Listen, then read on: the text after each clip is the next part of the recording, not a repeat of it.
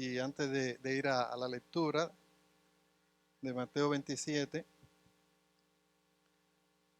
lo que vamos a hacer esta semana, vamos a hablar de la cruz, de la muerte de Jesús, la crucifixión.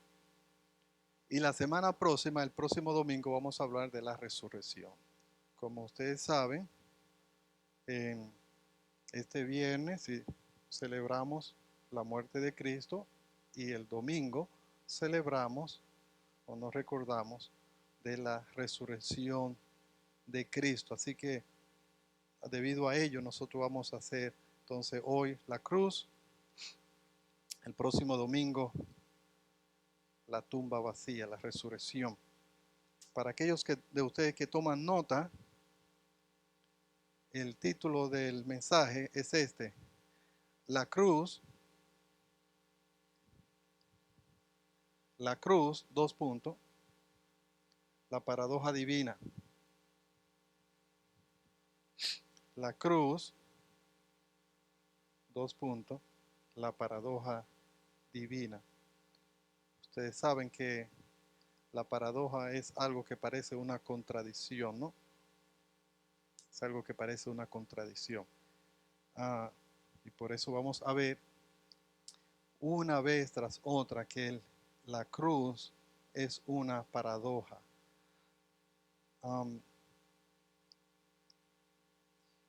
Y están en Mateo 27. Ok.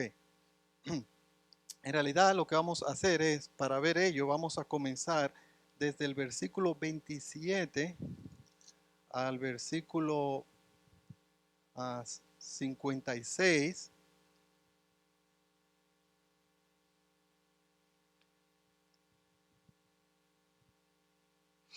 Pero vamos a leerlo punto según yo voy desarrollando los puntos, ¿no? Los versículos que corresponden a cada punto. No lo vamos a leer ahora a todos. Basta con decir que lo que ustedes ven aquí, ahora en Mateo 27, es que Jesús es entregado a Pilato y que después que que Jesús atraviesa, ¿no? A través de este juicio y paradójicamente, después de haber sido encontrado inocente de todos los cargos, es condenado. Allí comienza la paradoja de la cruz. El Señor Jesucristo es encontrado tan inocente que en los versículos del 15 al 26 o antes, lo que ustedes tienen allí históricamente hablando es que Pilato, al haber estado envuelto en el juicio de Jesús y haber dadose cuenta de que Jesús en realidad fue entregado no por ser culpable, no por haber hecho algo en contra de la ley, ni del, ni del imperio romano, ni del judaísmo, él se da cuenta que ellos fueron entregados por envidia. Si ustedes leen los versículos anteriores, antes del 26, ustedes se van a dar cuenta. Pilato se da cuenta, incluso la esposa de Pilato tiene una pesadilla acerca de este hombre y le dice a él, y todo esto está en los versículos anteriores, que tenga mucho cuidado, ¿no? Con condenar a este justo. Entonces Pilato trata de soltar a Jesús. Él sabía que ellos en estos días de fiesta, ellos tenían la costumbre de soltar a uno de los prisioneros. Y él se presenta delante bien tempranito en la mañana, dicho sea de paso, viernes bien tempranito en la mañana, ¿no? Se presenta ante el pueblo y le pregunta al pueblo que a quién quiere soltar, que si querían soltar a Barrabás o si querían soltar a Jesús llamado el Cristo. Y el pueblo, motivado por supuesto por los líderes religiosos judíos, comienzan a clamar: a Jesús deja ir, ¿no? A Barrabás, ¿no? Y entonces él le pregunta: ¿y qué hago con este Jesús? Y ellos responden: crucifícalo, crucifícalo, crucifícalo. Pilato se da cuenta que no va a poder escapar de ello, y antes de que la multitud, ¿no?, se ponga la cosa aún peor, él toma agua y se lava las manos y le dice al pueblo: yo estoy limpio de ese crimen en realidad que ustedes están cometiendo en contra de este justo, en contra de este hombre que es justo. La sangre sea de él, sea sobre ustedes. Y ellos responden a Pilato algo que en realidad nunca hubieran tenido que decir: que la sangre de él sea sobre nosotros y sobre nuestros hijos. Y esto literalmente, si usted conoce la historia después de la resurrección y la partida del Señor Jesús, se hizo una verdad con la destrucción del templo, cuando Roma viene y acaba con literalmente millones de judíos. Y la Biblia dice que si esos días en verdad no se hubieran acortado, no hubiera sobrevivido ninguno, no hubiera quedado ninguno vivo.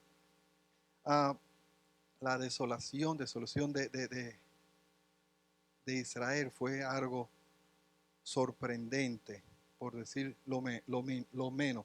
Pero es aquí en el punto de la historia, hermanos, que nosotros ahora nos encontramos. Y es necesario que ustedes ahora vayan allí con sus mentes, con su imaginación, y se coloquen entonces en este tiempo, este viernes, aproximadamente 2000 años atrás, este viernes bien temprano en la mañana, antes de que Pilato entregue a los soldados romanos, a Cristo, a los soldados romanos para ser crucificado.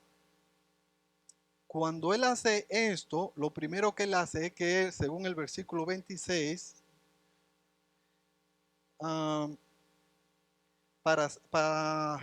sí, no, según el versículo,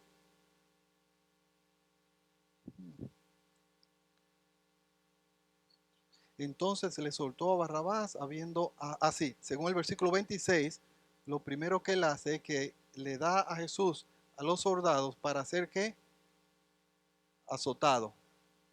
Antes de la crucifixión, Jesús es, hermanos, cruelmente, brutalmente azotado no, de forma tal que muchas personas no sobrevivían, ni siquiera llegaban vivos a la cruz.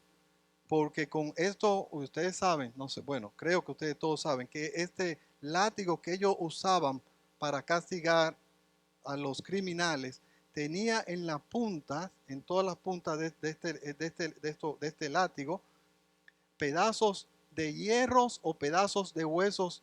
Una de las dos, la cosa era que tenían pedazos de metales en su gran mayoría, que estaba esto hecho, o sí, la intención de ello era para que al caer estos huesos en la carne, se metiera en la carne, y cuando ellos alaban el látigo, la carne se podía abrir, y al abrirse la carne, la piel, no, ellos seguían dando sobre esas heridas abiertas, y muchas veces llegaban a verse literalmente los órganos internos de la persona que ellos estaban azotando. Y después de haber hecho eso, entonces ahí nosotros nos ubicamos en nuestra mente a lo que pasa ahora con nuestro Señor Jesús. Y esto nos lleva al primer punto de la exposición de hoy en día. El primer punto es, o la primera burla, porque eso es lo que vamos a ver, que en todo esto hay una burla tras burla, tras burla, tras burla al Señor Jesucristo. Y la primera burla es: Jesús, rey. La primera burla era que ellos no podían creer que este que estaba al frente de ellos proclamaba ser rey. Proclamaba ser rey. Y esa es la burla, la primera burla que nosotros vamos a ver, que ellos se están burlando de que este patético criminal dice ser rey. qué estúpido la idea de que ese sea un rey. Y entonces nos dice el versículo 27, leemos del 27 al 31.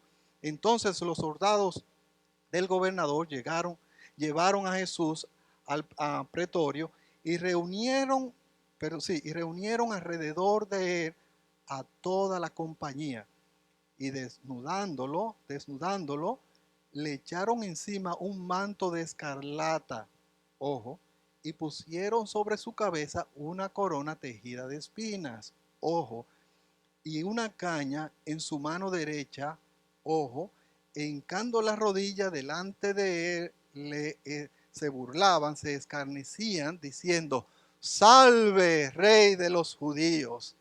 Y escupiéndole, tomaban la caña y le golpeaban en la cabeza. Después de haberle escarnecido o burlarse de él, le quitaron el manto, le pusieron sus vestidos y le llevaron entonces para crucificarle. Wow. Ahí tenemos la primera escena burlona, satánica, de estos soldados romanos. Miren, en el momento, hermanos, que Jesús fue entregado a los soldados romanos, si se recuerdan del Salmo 22, cómo el Señor Jehová describe lo que iba a pasar con el Señor Jesús, era que él, al ser entregado, a ser crucificado, iba a ser rodeado por bestias, por demonios, que se iban a burlar de él, lo iban a castigar, le iban a hacer todas estas cosas que nosotros íbamos a ver. Y la primera burla satánica es: tú, rey, ¿dónde está tu autoridad? ¿Dónde está tu autoridad? Miren, hermanos, ¿qué ustedes piensan o por qué ustedes piensan que las escrituras nos dicen que a él, no, él fue desnudado y le echaron encima un manto de escarlata y pusieron sobre su cabeza una corona tejida de espina? Ojo, las espinas fue un resultado de Génesis 3:18. ¿Qué sucede en Génesis 3:18? La maldición, la maldición. Y aquí el glorioso Señor Jesucristo, hermanos, es coronado con un símbolo de maldición, ¿no?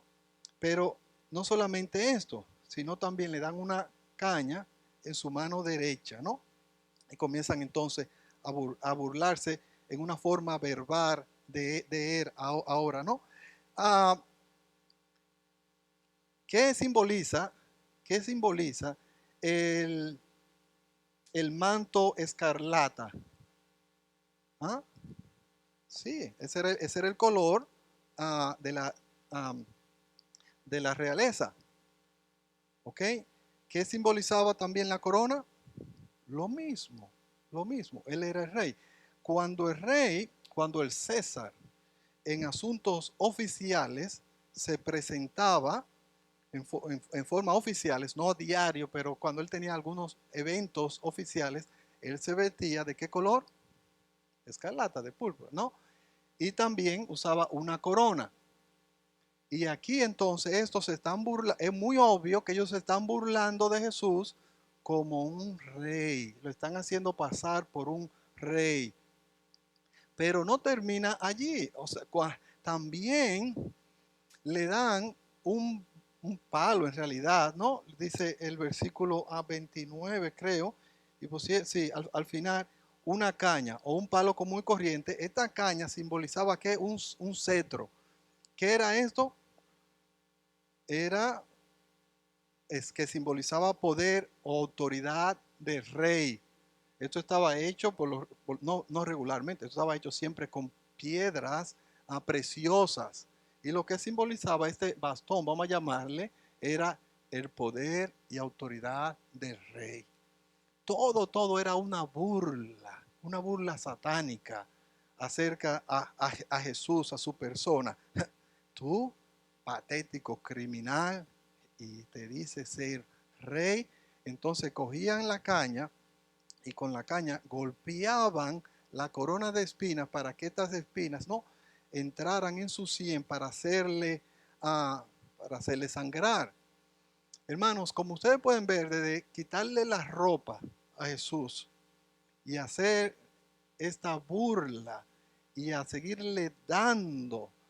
Y todavía aún peor, todavía la burla sigue, y arrodillándose y proclamando irónicamente, burlónicamente, salve rey de los judíos, salve rey de los judíos, salve rey de los judíos. Y mientras tanto le escupían en su propia cara. Era una burla, era una crueldad, era una tortura, no solamente física, pero física, emocional, psicológica, a la cual nuestro Cristo tuvo que padecer. Pero, hermanos, la realidad del asunto es que el cual ellos se estaban burlando como rey, era rey. Era el rey en realidad. Y ustedes van a ver que detrás de todas estas burlas, hay en realidad, si ustedes me permiten decirlo así, si me permiten decirlo así, una burla mayor de parte de Dios.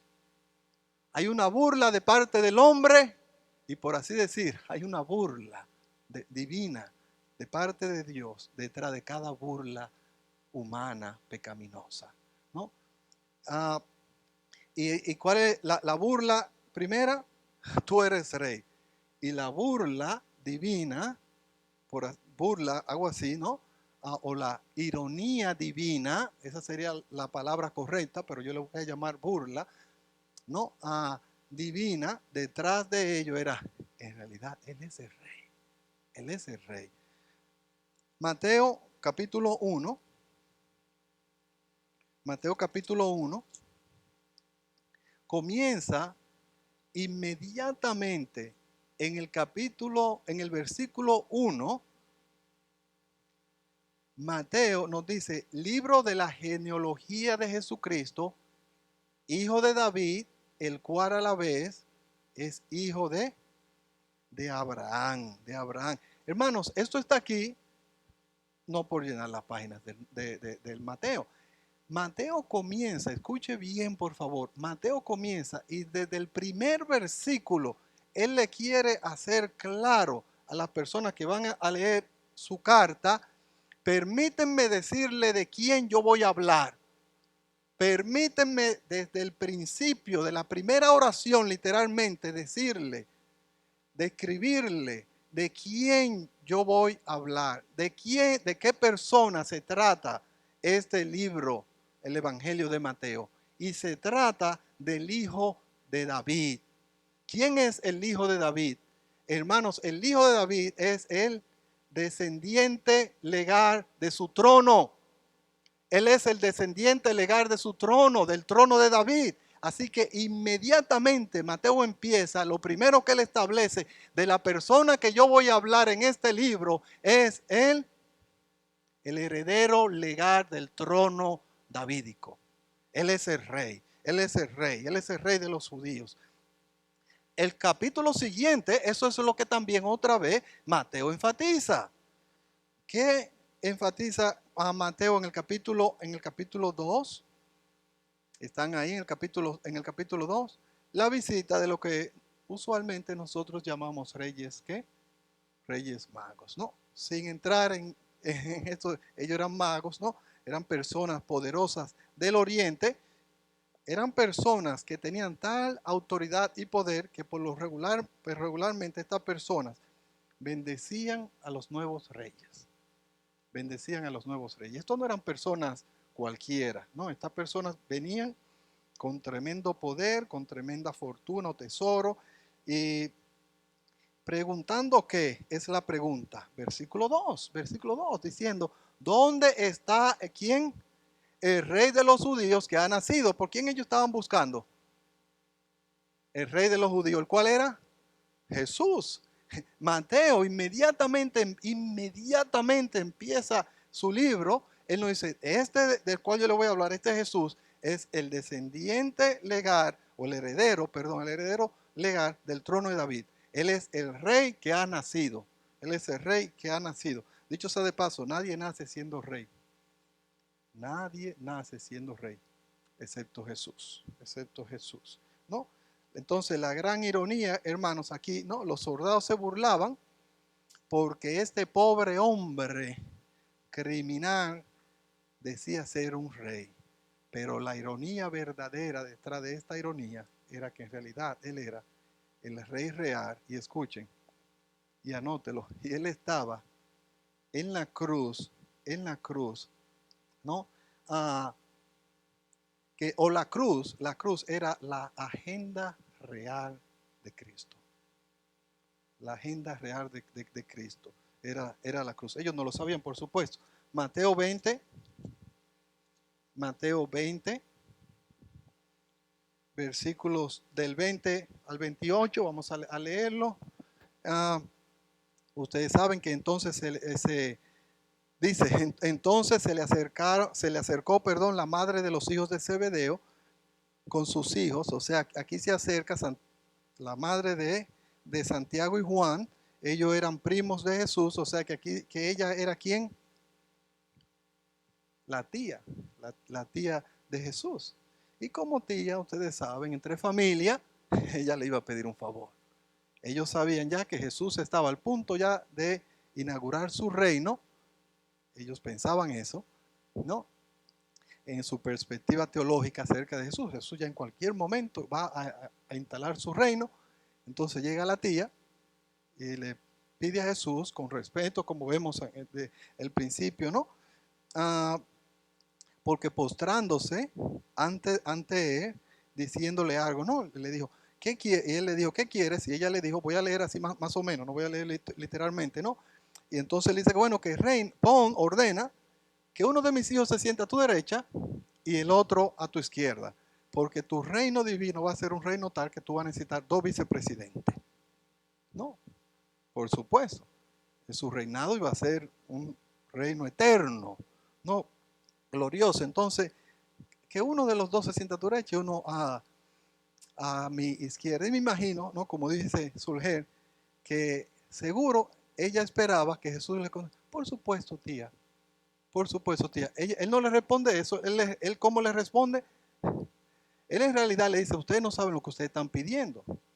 Ustedes no saben lo que están pidiendo. Ustedes pueden acaso no pasar por mi experiencia. Y ellos le dicen, sin saber lo que estaban diciendo, por supuesto que sí. Él le dice, bueno, lo va a pasar porque ellos iban a morir por causa de Jesús.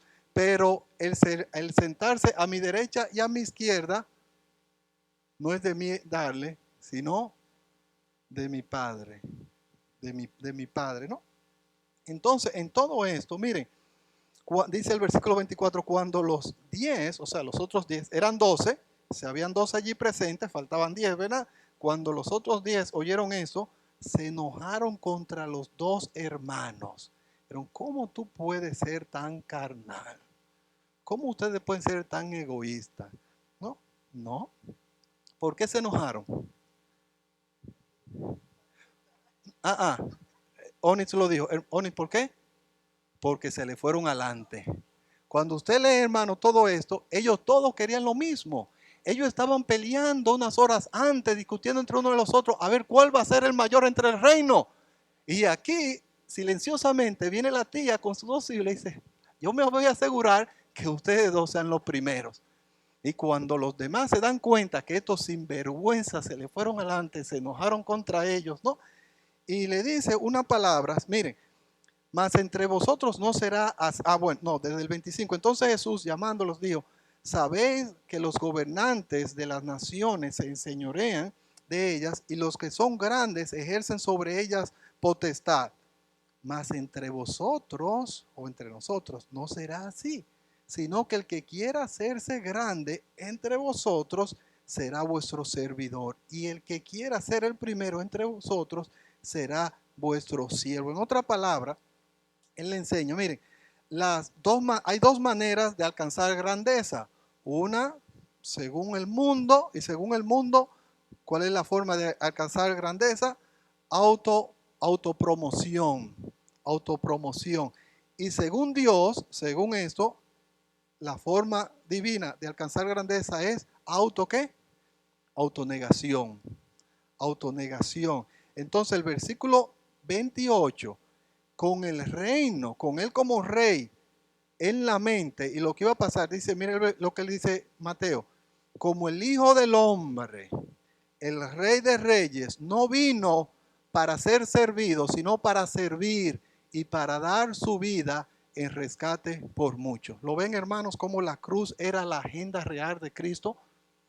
Para esto Cristo nació como rey, para ir a morir en una cruz. Y para, por supuesto, muriendo en la cruz, salvar a muchos.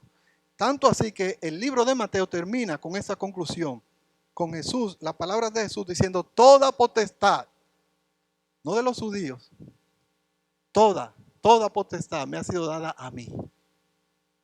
¿No? Por tanto, id y haced discípulos en mi nombre, bautizándolo en el nombre del Padre, del Hijo y del Espíritu. Toda potestad en el cielo, en la tierra y debajo de la tierra. Toda la potestad del universo. Yo soy el rey del universo y toda autoridad me ha sido dada a mí. Y termina el Mateo con esta tremenda declaración de que este rey no era rey de los judíos, era rey del universo y tenía el total autoridad sobre el universo.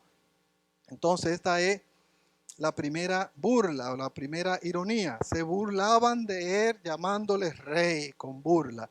Pero no solo que él era el rey del universo, él estaba sufriendo por el mismo hecho de ser rey. Burla número 2. Burla número 2. La burla número 2 era algo así.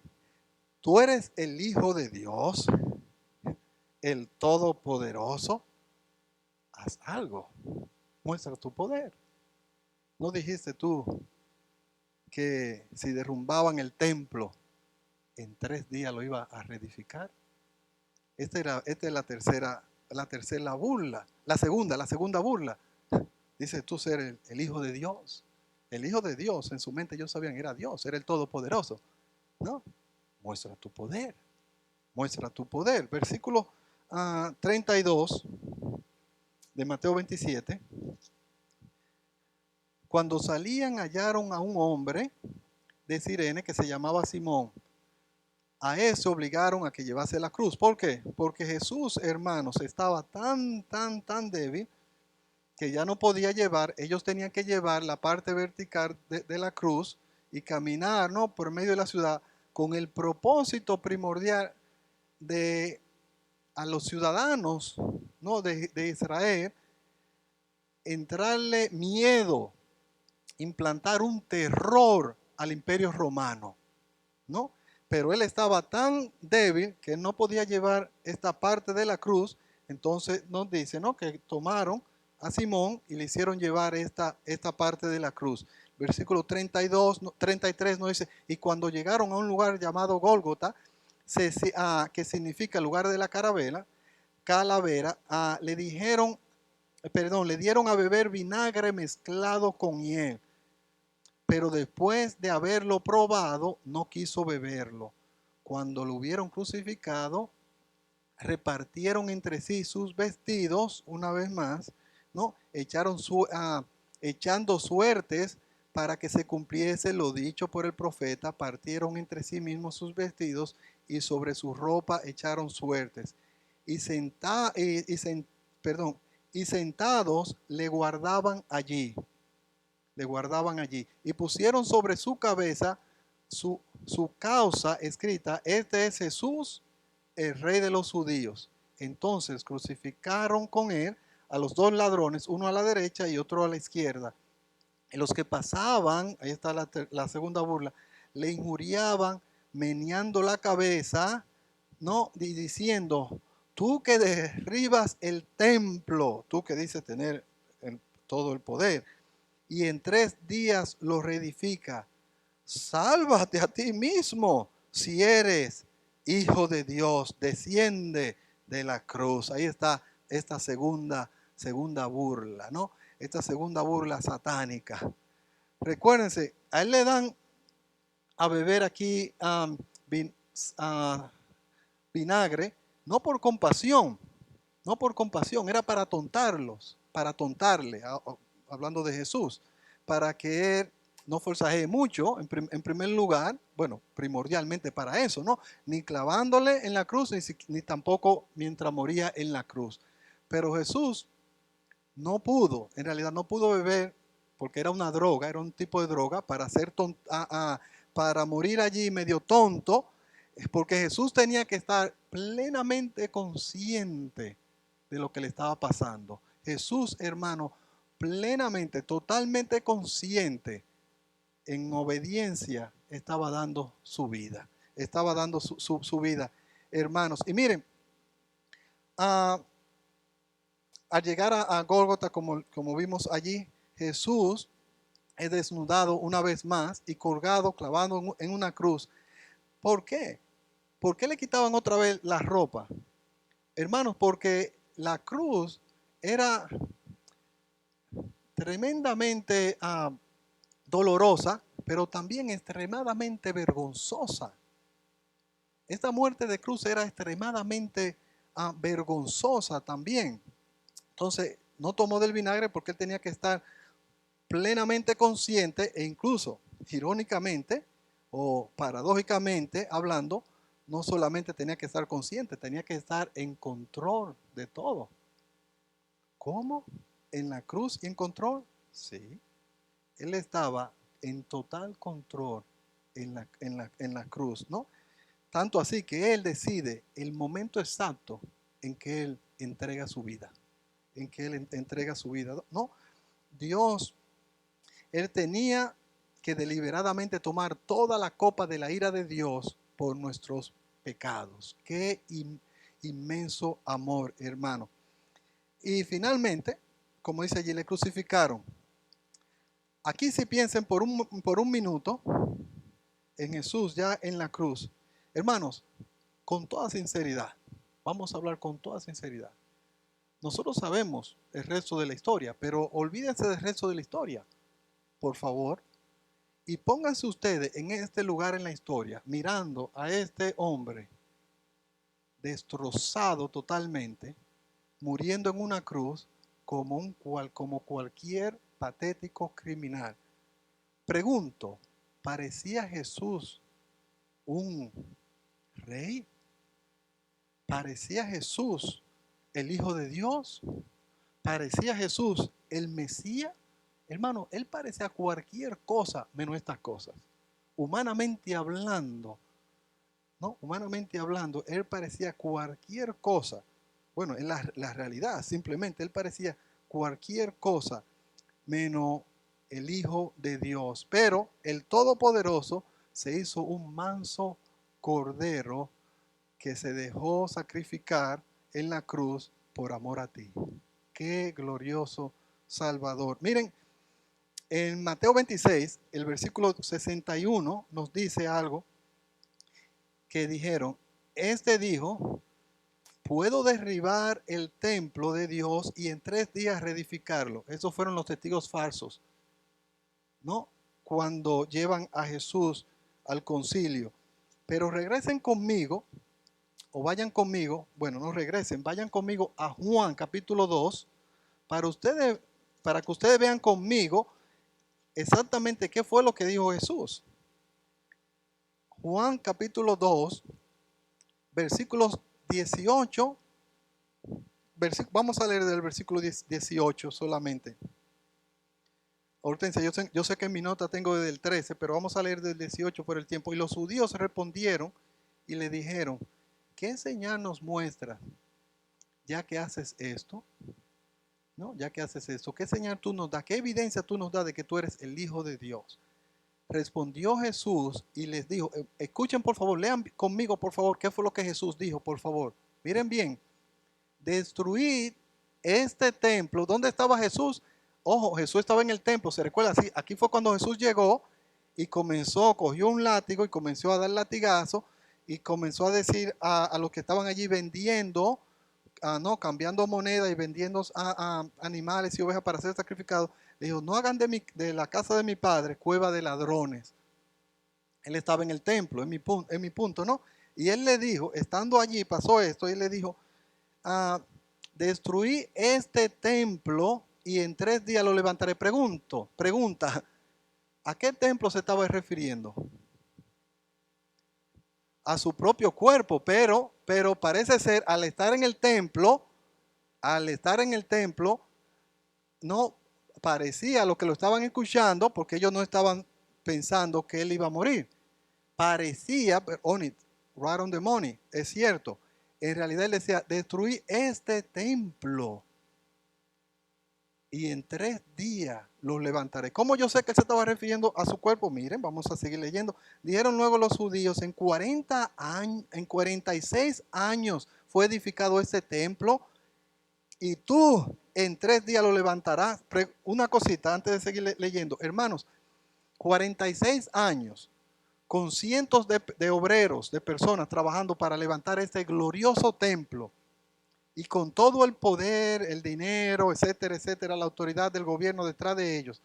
Y aquí está Jesús diciendo, en 3 días, si este templo ustedes lo destruyen, en 3 días yo lo voy a levantar. Aparentemente eso era lo que le estaba diciendo. La pregunta, ¿qué tipo de poder requiere para destruir? Si Jesús está hablando del templo, que duró 46 años para ser construido, ¿qué tipo de poder era necesario para reconstruirlo en 3 días? ¿Ah? No, ¿qué tipo de poder? El, un poder divino, un poder de Dios. Por eso es la burla. Ellos entendieron, sabían, si tú puedes hacer eso en 3 días, tú tienes que ser el Hijo de Dios, el Todopoderoso. Y entonces le voceaban en la cruz, tú que dices ser el Hijo de Dios, el Todopoderoso, el que reedifica este glorioso templo en 3 días, porque tú dices que tienes todo el poder, tú eres el Todopoderoso, muestra tu poder, haz algo, no te dejes crucificar. ¿Entienden, hermanos? Miren, entonces seguimos leyendo más. Él hablaba del templo de qué?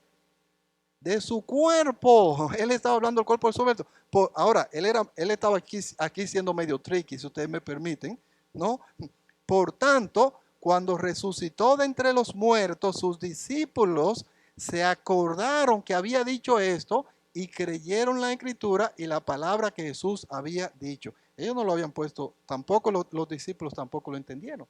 Cuando él resucitó de los muertos al tercer día, entonces dijeron, él estaba hablando de su cuerpo, del templo de su cuerpo, que después de la muerte él lo iba a reedificar, ¿no? Pero mucho más glorioso. Regresen conmigo, por favor, a Mateo, ¿no? Y pregunto, la pregunta es, ¿qué era el templo? ¿Cuál era la función del templo, mejor dicho, en el Antiguo Testamento? Hermanos, en una forma simple, la función del templo en el Antiguo Testamento era el lugar donde el pecador iba para acercarse, ¿no? Entre comillas, para acercarse a Dios, con un sacrificio para el perdón de sus pecados. Generalmente hablando, el templo era el lugar donde el pecador iba a encontrarse con Dios, iba con un sacrificio, ¿no? Para encontrarse con Dios y para que sus pecados sean perdonados. Y todo esto en forma simbólica, todo esto en forma simbólica, por supuesto, porque en realidad todo esto estaba apuntando ¿a quién? A Jesús, ¿no? Y todo esto apunta al Cordero de Dios, a Jesús, que iba a dar su vida para el perdón de muchos. Y Cristo sabía que su cuerpo tenía que ser destruido. Destruye este templo y en 3 días lo voy a reedificar, ¿no? Para, por supuesto, ¿no? Para volver a levantarlo en 3 días, a resucitar de los muertos. Para que las personas a través de él ahora, él es el nuevo templo, en otra palabra. Él es el templo nuevo testamentario. Él es la persona, el lugar, el camino, ¿no? A través del cual un pecador como nosotros, ahora el pecador se acerca a Dios para acercarse a Dios. Él es el nuevo templo de Dios, hermanos. Los soldados no tenían ni idea de lo que él estaba diciendo, ¿no? Por supuesto, estos burladores nunca le pasó por la mente que muriendo en debilidad iba a mostrar en realidad al levantarse de los muertos el poder del Señor de señores, el del Todopoderoso. Qué glorioso, hermanos, es la cruz. Qué plan ¿Qué plan? Ustedes se ponen a pensar, burla tras burla, algo que humanamente hablando es imposible, ¿no? En realidad era posible. En realidad era posible. Él es el gran templo del Nuevo Testamento. Burla número 3. Burla número 3 es esta. A otros salvó. A otros salvó. Sálvate tú. A otros salvó. Sálvate tú. Tú eres el Salvador, pero tú no te puedes ni salvar a ti mismo. Pregunto, ¿podía Cristo salvarse a sí mismo? No sea muy rápido, porque la pregunta es como lo que acabo de decir es tipo Cristo, destruir este templo que parece una cosa, pero en realidad no lo es. ¿Podía Jesús salvar su vida? Oh, la respuesta es, hazlo, dilo alto. No, hermanos, no. Para poder salvar al pecador, ¿podía Cristo salir de la cruz? No, la respuesta es no. Cristo no podía salvarse a sí mismo porque él, hermano, vino para dar su vida en rescate por muchos. Cristo no podía. No era que no lo podía en el sentido de que si él tenía el poder para salir de la cruz, hermanos. La pregunta implica para que él pueda no lograr el propósito divino, el propósito de la salvación de muchos, él no podía salvarse de la cruz. Él tenía que morir en una cruz, por supuesto. En Gálatas 3:13 nos dice, ¿no? Gálatas 3:13, dejando el dedo allí en Mateo, Gálatas 3, versículo 13, nos dice, Cristo nos redimió de la maldición de la ley, hecho por nosotros maldición, porque está escrito, maldito todo el que es colgado de un madero, de un madero. En la cruz, el bendito Hijo de Dios estaba siendo maldito por nosotros. Ustedes ven la gloriosa ironía de la cruz. El Mesías, el bendito de Dios, en la cruz llegó a ser, ¿quién? No le dé pena decirlo. ¿Ah? El maldito de Dios. No el maldito como que fue maldito por el pueblo. Por Dios. Qué ironía. La cruz es la ironía mayor de toda la historia de la humanidad, hermanos. Él fue hecho maldición por Dios, por supuesto, ¿no? Ah, y por supuesto, ellos decían, porque era obvio, pero tú estás siendo maldito por Dios, tú eres el maldito por Dios. ¿Cómo tú puedes decir que tú eres el Salvador? ¿Cómo tú puedes decir que tú eres el Salvador Mesías? El Salvador Mesías. Pero ellos, sin darse cuenta, estaban proclamando una gloriosa verdad del Evangelio, que Jesús no podía salvarse a sí mismo. ¿Por qué? Por lo que le dije, porque Él vino a salvar a lo que se había perdido muriendo en su lugar. Cuando José, ustedes no tienen que ir allá, pero cuando José en Mateo capítulo 1 se da cuenta de que su prometida, legalmente hablando su esposa en este tiempo, estaba embarazada y él sabía que él no se había acostado con ella. ¿Cuál es la conclusión lógica de José? A la única conclusión que él podía llegar. ¿Ah? Se había acostado con otro, hermano, no le dé pena decirlo, que ella tuvo que ser infiel. Como diría un dominicano, ajá. Pero si yo estoy de viaje 3 años y cuando llego, 3 años, y cuando llego encuentro un hijo recién nacido, ¿qué voy a pensar? ¿Que es mío? No, no, por supuesto, no. Él no se había acostado con ella. ¡Pum! ¡Ah! Mi esposa está embarazada. Uy, me voy, me voy. ¿Qué le dice un ángel que se le aparece? José, no temas tomar a María, tu esposa, porque lo que en ella es engendrado del Espíritu Santo es. Y le pondrá nombre, le pondrá por nombre Jesús. ¿Por qué? porque Él salvará a su pueblo de sus pecados. Porque Él salvará a su pueblo de sus pecados. Para eso Él vino. Para muriendo en una cruz salvar al pueblo, a su pueblo, a nosotros, los elegidos, no a la iglesia, de sus pecados. En Primera de Pedro, capítulo 3, versículo 18, no tienen que ir allá, pero nos dice simplemente que el justo tuvo que morir por los injustos. Lo comentamos esta mañana. El justo murió por ¿quiénes? Por los injustos. ¿Dónde? En la cruz. ¿Para qué? Para llevarnos a Dios, para salvarnos por supuesto. No, Él estaba haciendo allí lo que Dios, la voluntad de Dios. Ellos no tenían ni idea, ¿no? Aquel tenía que pagar, o alguien, perdón, tenía que pagar por la deuda con la justicia divina que todos tenemos, con la deuda, ¿no? A la justicia divina que nosotros todos tenemos. Y el único, hermanos, cualificado para esto, ¿era quién?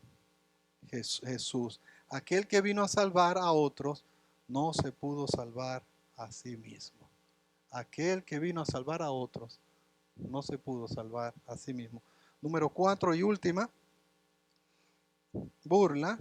Esta burla es esta, si están tomando nota.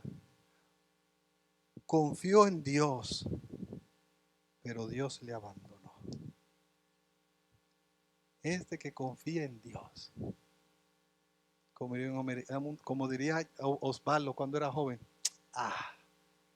y Dios te abandonó. Idiota, patético, criminal. Hermanos, ustedes, eso era lo que ellos estaban pensando. Eso era lo que era obvio a los ojos humanos. Este era un mentiroso o un loco o las dos cosas, ¿no? Confiando en Dios. Y no es obvio que Dios te abandonó. Pregunto, ¿era obvio que Dios lo había abandonado? ¿Lo había abandonado Dios? Sí, sí y sí. Sí, sí. Hermanos, miren el versículo 43. Confió en Dios este idiota, ¿no? Dirían ellos. Erradamente, por supuesto, y pecaminosamente, por supuesto. Líbrale ahora si le quiere, porque ha dicho, soy hijo de Dios, soy hijo de Dios. Hermano, una vez más, esta burla satánica, o tras esta burla satánica había otra burla divina. Había otra burla divina. En la cruz del Calvario, hermano, Cristo fue separado de Dios. Cristo fue separado de Dios, abandonado de Dios. Por supuesto, miren, el versículo 45, vamos a seguir leyendo hasta el 46, nos dice así, 45. Y desde la hora sexta hubo tinieblas sobre toda la tierra hasta la hora novena. Cerca de la hora novena, Jesús clamó a gran voz diciendo, Elí, Elí, lama sabatinai. Esto Taní. Esto es, gracias a Dios que Él no lo traduce para personas como yo que no podemos pronunciar esta palabra. Mira, esto es, Dios mío, ¿por qué me has desamparado? ¿Por qué me has desamparado? Alguna cosita que yo quiero traerle a su atención.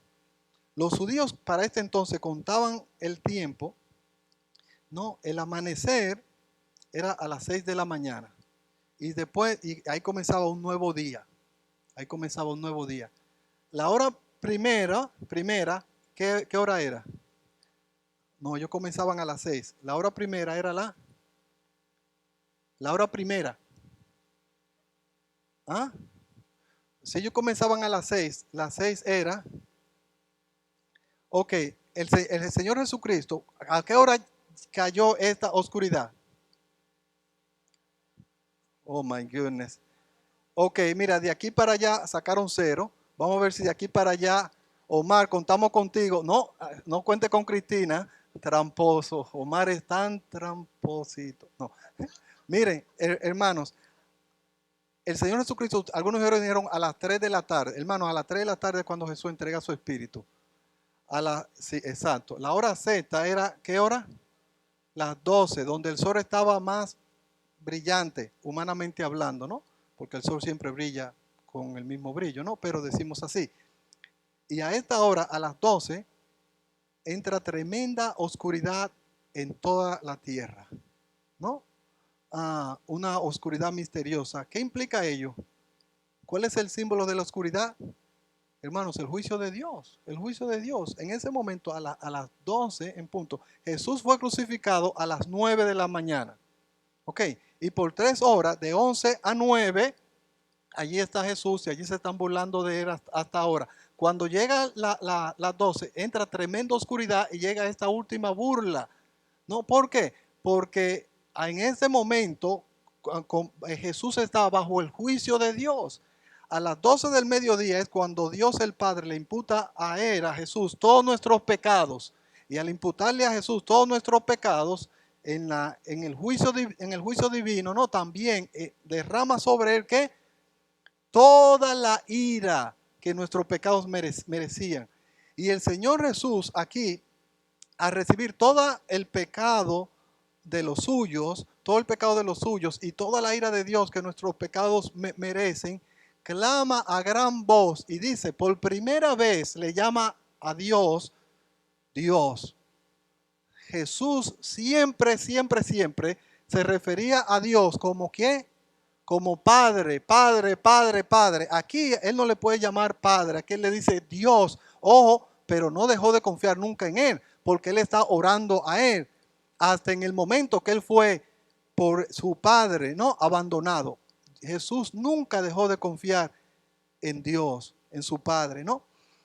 Y en este momento es cuando él clama, Dios mío, ¿por qué me ha desamparado? Vengan conmigo, por favor. Me es necesario que ustedes vean rapidito a Salmos 22. Preguntaba Jesús, ¿por qué me ha desamparado? ¿Porque no sabía? ¿Por ignorancia? No.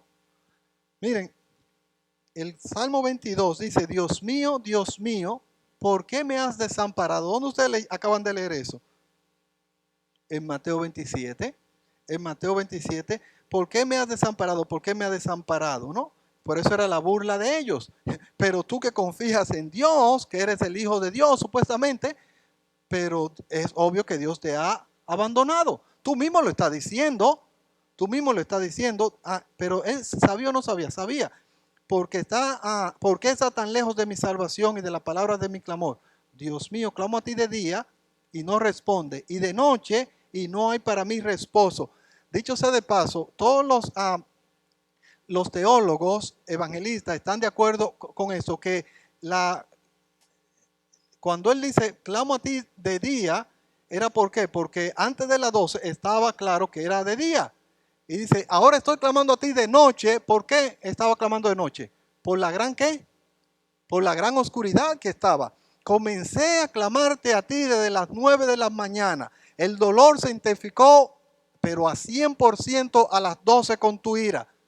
Y son casi ya las 3 de la tarde. ¿Hasta cuándo?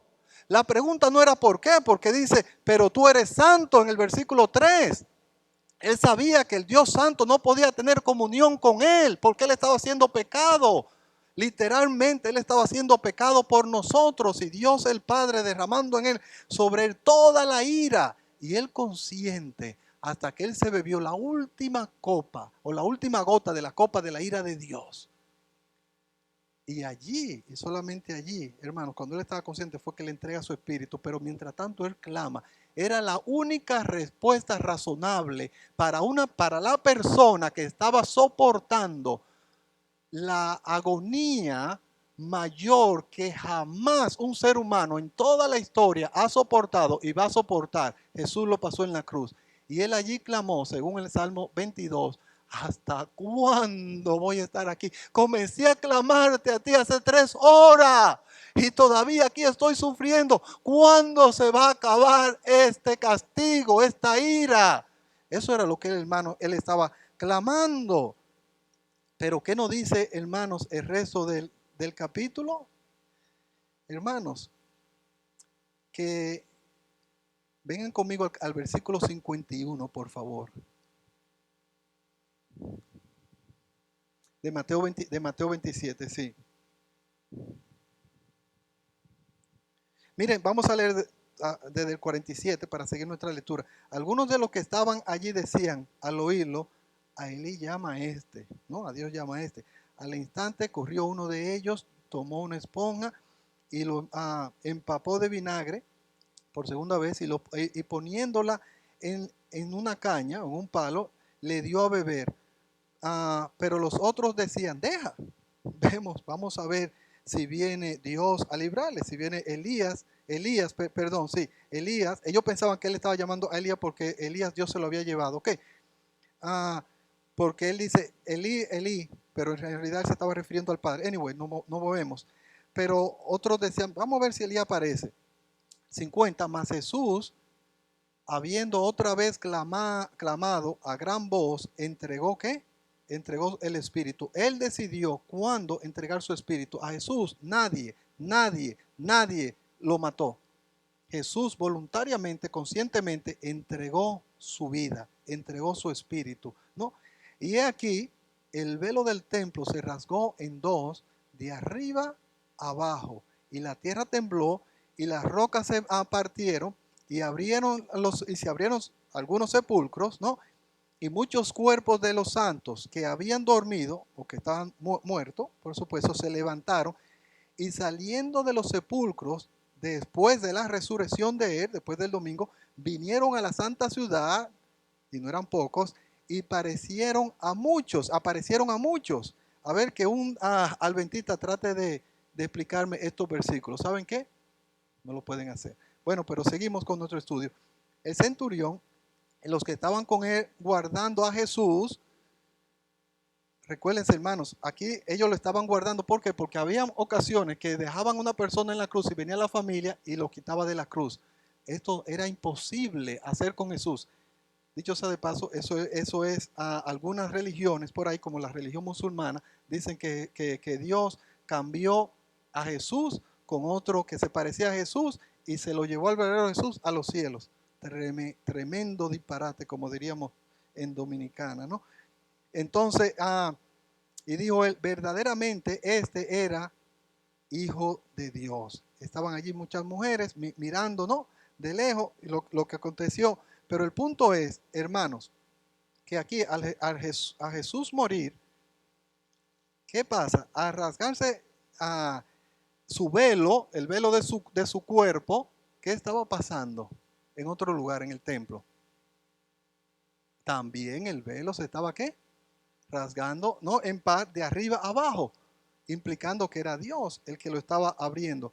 Hermanos, cuando Jesús muere en la cruz, después de haber tomado la última gota de la copa de la ira de Dios, él dice una palabra antes de esta que Mateo no nos lo dice, no lo dice Lucas. Consumado es.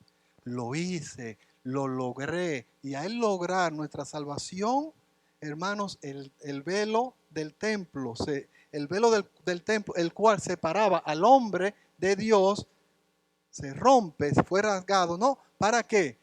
Como le dije, hermanos, porque las puertas del cielo que dan a la presencia del Dios Santo, Santo, Santo, en la cruz, hermanos, se abrieron a todo dar, quedaron abiertas de par en par para que un pecador como tú y como yo podamos entrar a la misma presencia de un Dios tres veces santo. Alabado sea el nombre de nuestro Salvador, alabado sea su nombre, hermanos. La obvia pregunta para terminar, hermanos, es, si Cristo lo dio todo, siendo el Rey de Gloria, si Cristo lo dio todo siendo el Rey de Gloria, ¿es que acaso no es lo único racional para nosotros que hemos sido recipientes de la salvación, darnos totalmente por amor y en devoción a nuestro Salvador? ¿Ah?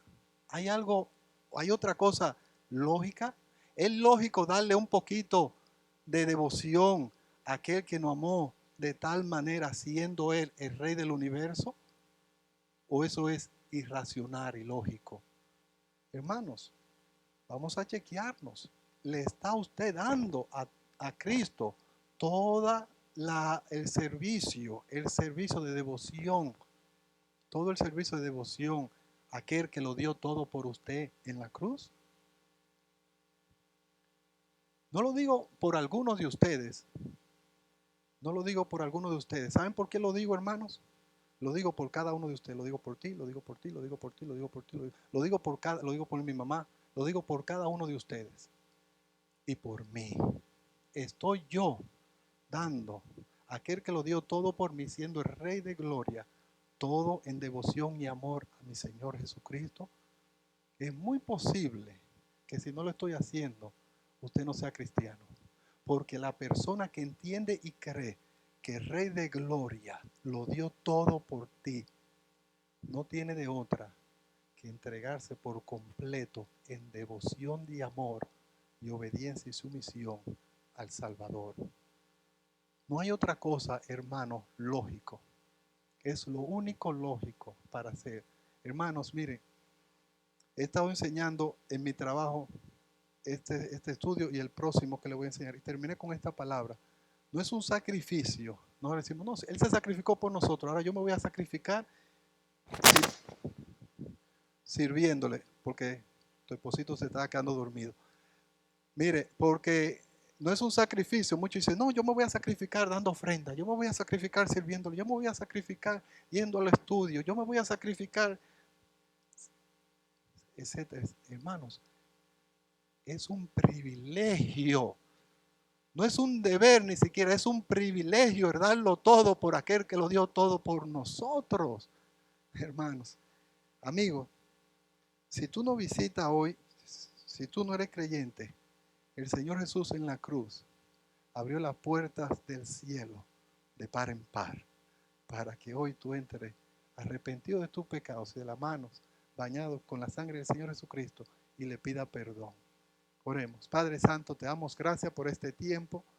Te damos gracias por la cruz. Te damos gracias por la cruz. En la cruz del Calvario, el Rey de Reyes, el Hijo de Dios, el Todopoderoso, el Salvador, aquel que hizo posible la salvación, muriendo por nosotros, obtuvo la victoria sobre la muerte, sobre Satanás, sobre la condenación eterna. Padre, te damos gracias por la salvación que tenemos en Cristo Jesús. Ayúdanos a hacer lo único razonable como respuesta a este inmenso amor, el darnos todo, todo, todo, todo, todo, en adoración, en servicio, en sumisión y en obediencia por amor a aquel que quiso por nosotros morir. Alabado sea tu nombre. Qué glorioso Salvador. Amén.